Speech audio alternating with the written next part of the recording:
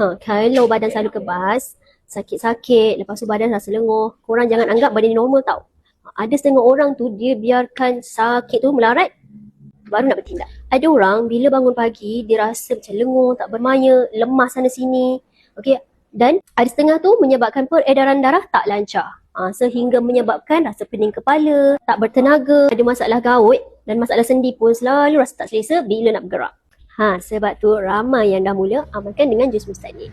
Mustani ni dia adalah gabungan daripada herba dan juga makanan sunnah yang mana bantu untuk tingkatkan kesihatan dalaman. Antara kebaikan yang ada dalam mustani ni, dia bantu untuk melancarkan kita punya peredaran darah. Dia bantu untuk mengurangkan sakit-sakit sendi, bantu untuk tingkatkan kita punya stamina dan juga tenaga. Yang ini disesuai diamalkan oleh seisi keluarga tau, daripada kanak-kanak sehinggalah dewasa. Cara nak amalkan pun mudah sahaja. Hanya ambil 2 sudu satu hari. Tak kisahlah you all nak ambil waktu pagi ataupun waktu malam sebelum tidur.